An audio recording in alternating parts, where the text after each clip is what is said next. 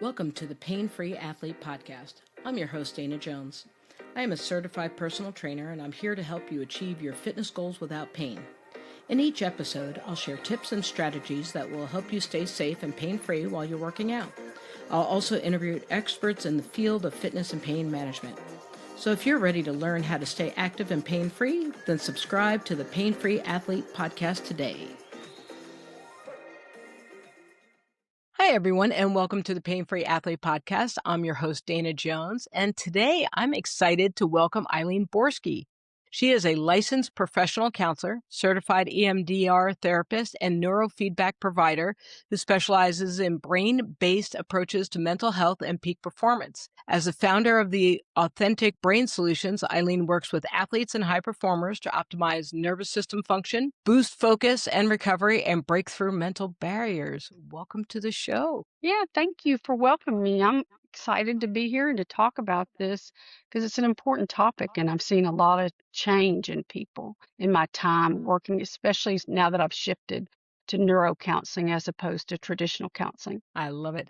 So tell us a little bit about who you are, like why did you focus on this, and what is it that you actually do? So it's, a little bit of a journey for me to get to being a counselor. I went to college and I got my undergrad in finance, and then I got my MBA, and I worked in corporate America for 25 years, traveling all over the world. And then it dawned on me, a lot of the people that were coming to me for work matters were also coming to me because I was a good listener, and they needed support in whatever their journey was, whether that was relational or work matter.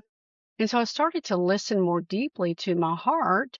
And in my 30s, I went back to grad school and got another master's degree to become a licensed professional counselor. And then I got fascinated with the brain and the body, and I started with EMDR, and that's eye movement desensitization and reprocessing. And I could see the connection between the brain and the body and how it could heal.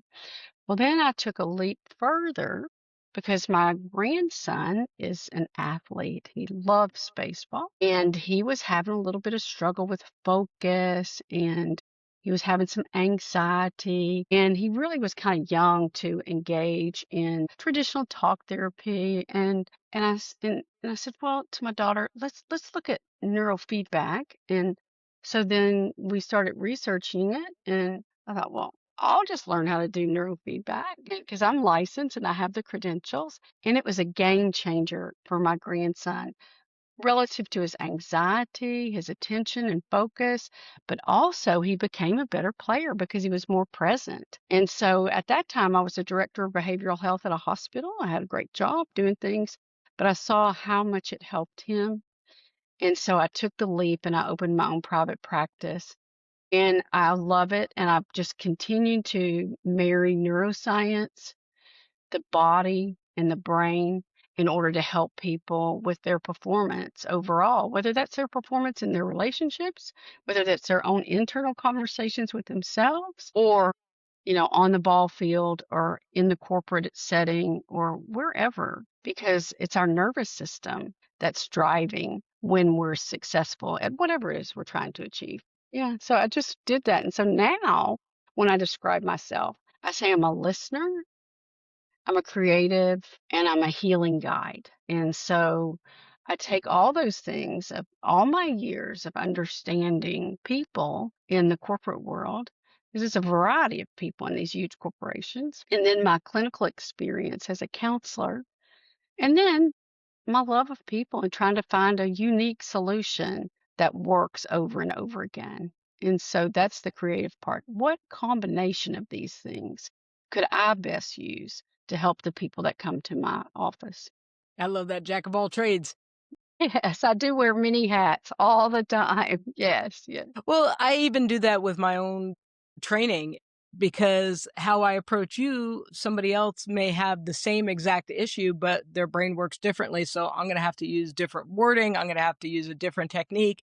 We may have to use different way, whatever it is, we're going to have to do something different because we have to, I believe as practitioners, we have to adapt to clients and situations. And if you can't adapt, then that's kind of that square peg, round hole thing that never works for anybody. Yeah, that's a fact. So you have to be listening. You have to be listening not only to their words, but to their body movement and their life experiences. And when they talk about it, sometimes I can feel like I can get deeper into what their concern is and be able to customize how I approach it. I mean, I do have certain things that I've seen work, over and over again, but the Right. order that I do them in, when I bring it in, the timing and the treatment, and when do we pause, when do we lean in and do more, all of those things are the things that are changing and custom to each person's approach to their goals and their healing. So let's go back to your grandson. He was, how old is he again? Well, he's 9 now. They start playing pretty much out of diapers now. And I don't know so if that's I a good think thing he or a was bad thing. 3.5 when he started playing. Okay. And he Wow. was wanted to play, but it was just he had a lot of things going on in his life, and then he's out on the field and he's anxious and it's holding him back. Neurofeedback has just really helped. He was diagnosed with ADHD, Hmm. and so he's having struggle focus and couldn't really pay attention to what was going on in the field. And some of the other kids, even at that young age, were pretty darn good. And then that Right. kind of reflected on his self-esteem about it. These kids are doing it. And even at that young age, he could see there's something inside of me where I can't focus and I can't really be fully there to be able to work through what he needed to do to learn. Because at that point, they're just learning. Yeah. Right. Yeah. So what you're describing to me is pretty much that he had stress and Yes. that there's an overwhelming amount of stress, and I can go into a whole thing about just kids playing to be kids and not making it weird because coaches and parents are more intense than, a 5-year-old Uh-huh. needs to be. So when somebody comes to you and they have stress, whether it's an athlete coming to you because when I'm standing on the field and I know a ball's going to get hit to me, I'm freaking out and please don't hit it to me, but I love the game and I want to play. Or if it's somebody at work and they need to know that either whether this is a job for me or I have to have a difficult conversation, what is the first thing that you do in terms of neurofeedback? Like, aside from listening, how do you approach maybe desensitizing us? Not desensitizing, that's not the right word, but how do you kind of calm us down so that we can figure out what the true root of the problem is? Well, I mean, it is key to listen, but it's also key to not be afraid. And I don't mean just me, I mean the other person too. Hmm. So I allow for a lot of questions before I start. And then in that question, just like kind of what we're doing here today, it'll lead to something else. And then that helps me discover what the real problem is. Because a lot of times, I mean, these people don't know me until they walk in the door.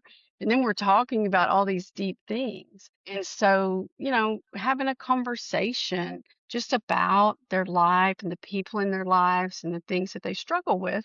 And then that leads me to ask deeper questions, and even the hesitancy to answer some of those questions. Or I might see someone performative type. Oh, I've got the best answer to that. Well, that's its own anxiety. I'm not looking for the best answer.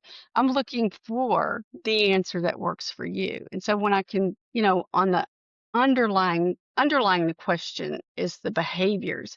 And when I see the behaviors, that can lead me to probe in a different way and say, this person really is struggling with anxiety. They're telling me they're struggling with, you know, pain in their shoulder or whatever they came in for, and they want to, work on being able to accept it. It's really they're having some anxiety. And so then I know to assess for that. I mean, I use assessment tools as a counselor would. I assess for depression. I assess for anxiety. Assess for ADHD. I assess for post traumatic stress disorder. And so I'm using all of those tools in addition to my clinical experience and my clinical gut, honestly, to help me discover where to explore. And then I'll come up with a treatment plan. I'll offer it to someone, and then they tell me what they think about it. And then they ask a million questions, or they might ask one question, when do I get started? Or they may have a lot of questions, and I allow for that so that they can feel comfortable. Because we have to have, some sort of ability to weigh into the conversation before we can have buy-in to the solution. It's not anything about forcing anybody to do it. And if they have weigh-in and they have buy-in, success comes after that. Yeah. Yeah, Yeah. I see that in the classroom as well, is if I try to get students to do something, they're like, "Nah."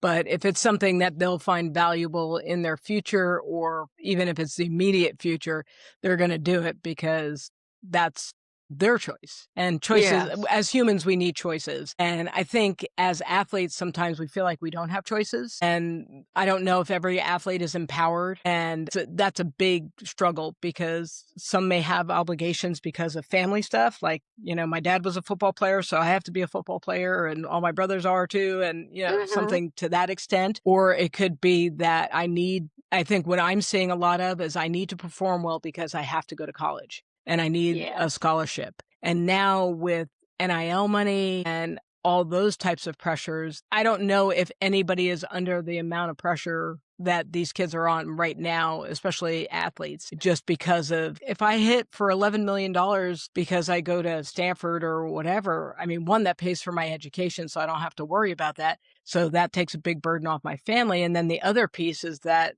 that's life-changing money. Yeah. Yeah, and I see that across talents. Athletes for sure, but I'll see it with musicians. I'll see it Mhm. with people that are trying to get academic scholarships. I mean, I had someone come, this has been a few years ago, a young person, excellent SAT scores, off the chart GPA. She had multiple offers from high level Ivy League schools, and she hadn't really experienced anxiety because almost like she had a path. And now she had a choice, and her anxiety shot out of the roof. And she came and we worked through it. But just the fact that she had so many avenues and roads she could have taken, and how do you weigh the best of that when they're all great options? And she was able to do it, but she also hadn't honed the skills needed to really deal with the pressure of freedom. Mhm. She knew exactly what she had to do. She knew she had to make an A on the test. She knew she had to do community service. She knew she had to, really score high on her SATs if she was going to get an academic scholarship at one of the best universities ever, so she could pursue this high level academic career. And when it came down to just a choice, she was overwhelmed because it didn't have a plan. Mhm. I Yeah, get that. yeah, yeah, yeah, Well, it's again, it's a different world and they're dealing with stressors that I can't even imagine at a very young age, and they don't necessarily have the skills because when have you ever done this in your past, right? yeah, I mean, right. you and I have and it's hard to coach somebody through this because that's not something you could ever imagine having this type of exposure due to technology. Yes, yeah, I mean, if you wanted to go to Harvard, for us, you have to fly across the country and somebody would have to get to know you and all this stuff. And now it's like you can hop on a Zoom call and, all these schools get to know you now very intimately as opposed to them choosing through a pile of letters and trying to put a face to a name or a letter or something to that effect. for sure. So I wanted to talk because you had brought up the shoulder pain aspect of it. And how does your work help somebody who may be suffering from an issue like that if they have shoulder pain? And how can you help them recover? Because sometimes, even though the anxiety may be the reason why I have the pain is real. We know the pain is real. So, how does your work help support them as they recover and are able to get back to performing at a level that's fit for them? Yeah. And so the unique thing that happens in our brain when we have stressors, whether that's physical stress, environmental stress, or emotional stress, amyloid proteins build up in the brain. And so the brain doesn't optimally give itself metabolic clearance at night when it has these amyloid proteins that build up. Okay. And so, what with neurocounseling, I replicate essentially, not exactly, but essentially replicate the metabolic clearance that would have happened in the brain when the stressor occurred. We relax the brain, it goes into the the state of sleep. You don't fall asleep, and those amyloid proteins can release, and then the brain can go back to optimal function. And when you can have optimal function, you can then begin to build a better communication pathway with your body. And honestly, when I work with somebody that has pain in their body when they're coming to me for their other goals, I actually treat the body. I start moving the neurofeedback leads down the body so that I can connect the body back to the brain in a better way. And so when you can have that more effective connection, then you can manage it better with, how you manage your heart rate, how you manage your thoughts. Things start to roll off your back easier. So you may even have a little bit of pain, but it's not going to be as bothersome to the person because they're not worried with it as much. They're really Mhm. more in the present and they're not like, my shoulder hurts, my shoulder hurts, my shoulder hurts. I'm a person whose shoulder hurts. Well, then you start to look at the whole wellness model. I bring that in almost every time. Okay, so you have a little bit of physical pain, but what else have you got in your wellness bucket? Mhm. Can we focus on that? You have purpose. You have your finances are in good shape. You have family. Yeah, what is it about focusing on that pain that's motivating to you to hyper focus on it when you have all these other things in your wheel of wellness that are valuable and you can focus on those and you can develop those, and if maybe you develop your overall health better, maybe then some inflammation will go down and the pain will reduce. So it's not just one thing. It's I work with all those areas with a person so that we can optimize all those areas with the outcome being that it's going to be in a better place for you. Imagine what would happen if doctors did that.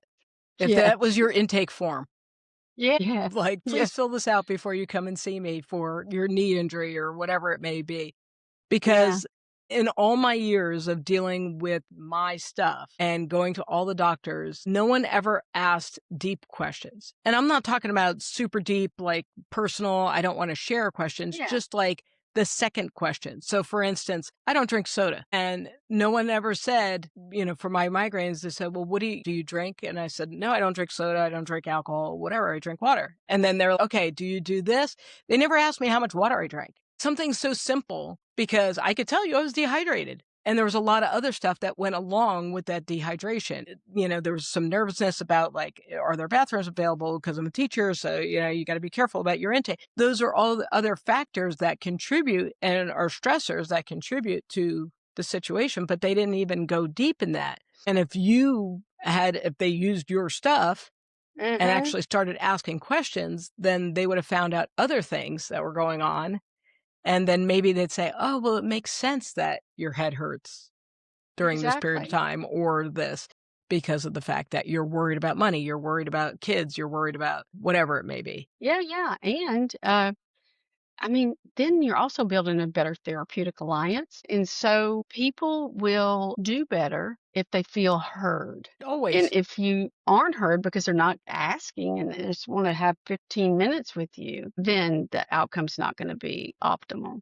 That's been my personal and clinical experience. Yeah. Yeah. No, I believe that. I love because you were talking about what I love is the neuroplasticity, is that Uh-huh. the retraining of the pathways and getting us out of that cycle. Because I always would explain that to people. I would say, I feel a twinge, I freak out with the twinge, and then the twinge gets more, and then I freak out that it's more, and then I think I may, and I was like, and then it gets into the cycle, and people are like, uh-huh. Yeah. Never really acknowledged it. And it wasn't until I realized, like, I get it now. It's like there's this anxiousness, there's this fearful behavior that is getting attached to everything because I was trying to avoid the twinge. And that if there was some interference, another thought, some practice, whatever it would be, then Uh-huh. maybe I could have cut that off a little sooner and then went, "Oh, there's a twinge. But it's a beautiful day and I'm going to go for a walk and walk the dog and I'm going to breathe," or maybe I'm twinging because I'm doing this assignment at work and I don't want to do it, whatever it may be. And Uh-huh. either I need to ask for help at work, or maybe I don't need to do the assignment right now, or maybe it doesn't look as perfect as whatever I think. There could have been a whole lot of different thoughts as opposed to, "Holy shit, there's a twinge." Yeah, yeah. And I kind of equate that to shifting from either or thinking to both and thinking. Hmm. Okay, either you feel good or you feel bad, or Right. both and. I can have a little twinge and I can have a great day. And so one doesn't cancel the other out. They both can exist. And when they both exist, I hear people all the time, and even my own personal experience, things are better because both things can be true instead of just canceling one out with the other happening. Yeah. I don't know, it's weird because I believe we've been raised that it is black or white. Hmm. And the binary world doesn't work for us. I mean, it doesn't work on a lot of levels, but it definitely doesn't Yeah. work when you're dealing with humans because, like you said with your previous client, it's like, well, all of a sudden it wasn't black or white, it was all the colors of the rainbow. And that caused her to kind of lock up a little bit and go, that's too many, Yeah. Yeah. and I don't know why it started and why we became so narrowed down that we don't experience things the way that we should. And Yeah. it's a shame because I think we're robbing ourselves if there's only two solutions to every situation. Exactly. Exactly. It's not a math equation. It's more a painting. Right. It's your life. Yeah. Yeah. Yeah. Yeah. So you've been doing this for a while. So I would love to hear about a case that is like special to you that where you really saw someone grow and kind of, give yourself a little props for it because that was something that you didn't think was going to work out, or maybe it worked out exactly how you thought it was going to work out. Well, it's not an athlete, but it's such an interesting case. I want to focus on it. I had a gentleman come to me who got struck by lightning, and Okay. he had tremendous headaches and pain, and he got relief. And he had tried lots of other things, ketamine, he'd gone to talk therapy, he'd done lots of other things. And through the neurofeedback, gently, ever so gently, relaxing the brain, we did some heart rate variability where he had some coherence in his breath work and how his body's responding to and him being able to control it using his breath and his thoughts. And then we did some cognitive behavioral therapy on reframing and repurposing. And he told me, he certainly has a lifelong impact from it. He had some significant injuries, but he did share with me that the combination of the wellness model, having him realize he does have some things that are going great, he is not defined by the lightning strike. He said it was hands down the most effective treatment he had had, and he equated it to the wellness and looking at him in a holistic way, including using the neurofeedback to Hmm. help that brain, I call it a reboot, just reboot and get back in its optimal place. And when that happens, then there's a clearer path in their thoughts and the behaviors of the people I work with to get to the place of acceptance. I'll even use the metaphor of the grief cycle. The thing happens, the pain starts, then you're kind of mad about it and you grapple with it for a little while and then you can get to acceptance. But a lot of people get stuck in the anger and the grappling and they don't know that there's acceptance on the other side. How can this ever be acceptable? And because their whole life changes, so they're grieving what wasn't there. And when you can acknowledge that and allow them to be guided through, or them allowing me to help guide them through that grief cycle, there can be acceptance. And then when the nervous system is in acceptance, then the body can begin to be in acceptance. And then what they'll say many times is the pain is less or gone or it varies. Some people get significant improvement. Some people they might get 50 or 60% improvement, and that is huge for them. And that was the case with the lightning strike person I worked with. He was saying he got like 60, 70% improvement, and he thought he would never have any. Mm. So huge, huge improvement What a and wonderful huge. gift. Yeah, yeah. I'll never forget that case because it was, and I don't ever know what's coming at me as a counselor. They come in for their intake session and I've had them do some documents, but a lot of times they leave off the big stuff because they don't really, it's too real if they have to type it in the intake document and then that they'll share that verbally once they feel comfortable with me that I am listening.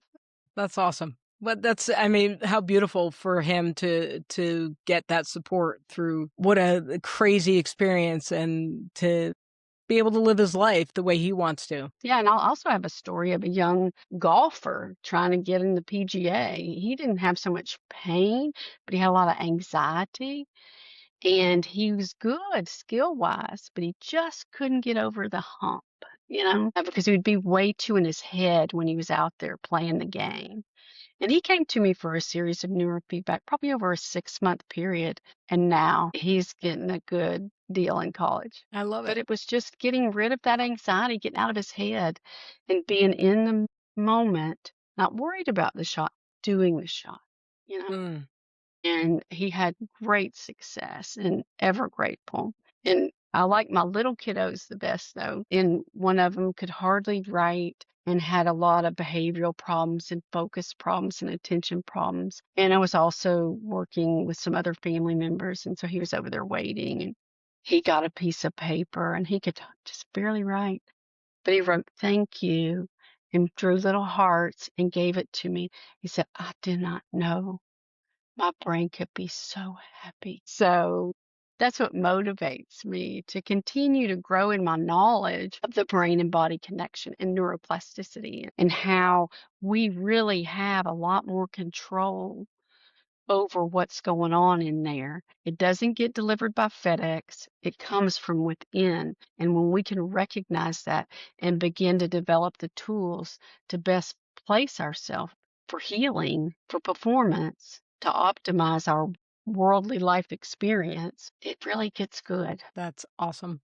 Eileen, thank you so much for joining us. So, if someone wants to work with you and transform their lives, how do they get in touch with you? Yeah, you can get a hold of me through my website, authenticbrainsolutions.com. There's a contact link. It says contact me, and you can go through there and it'll ask you just a very few questions, your phone number, your email address, and what the problem is. And I'll reach back out to you and see what we can do. And it's it's a fabulous connection, and even if they're not in an area where I can help them with the neurofeedback, because that's obviously in person, and I'm located in Texas, in Montgomery County, Texas, I have a network of people that do neurofeedback the same type I do throughout the world, and I can plug them into that too. But we can also do telehealth if it's more, you know, solution focused and the way to reframe and think and stuff like that. Yeah, I do that too. I do telehealth all the time, every day. I had 4 sessions today. Yeah. Well, thank you so much for joining us. Yes, of course. I want to put one more plug in there. I did write a blog in anticipation of being on this podcast on Yay. pain in the body. So if they want to Fantastic. check out my blog on my website, there's one of my newer ones is about pain. Okay? Awesome. Thank you so much for doing it. We appreciate it. Yeah. I was chatting with you and let me know if you need anything else. Yes, ma'am. Alrighty. Bye bye.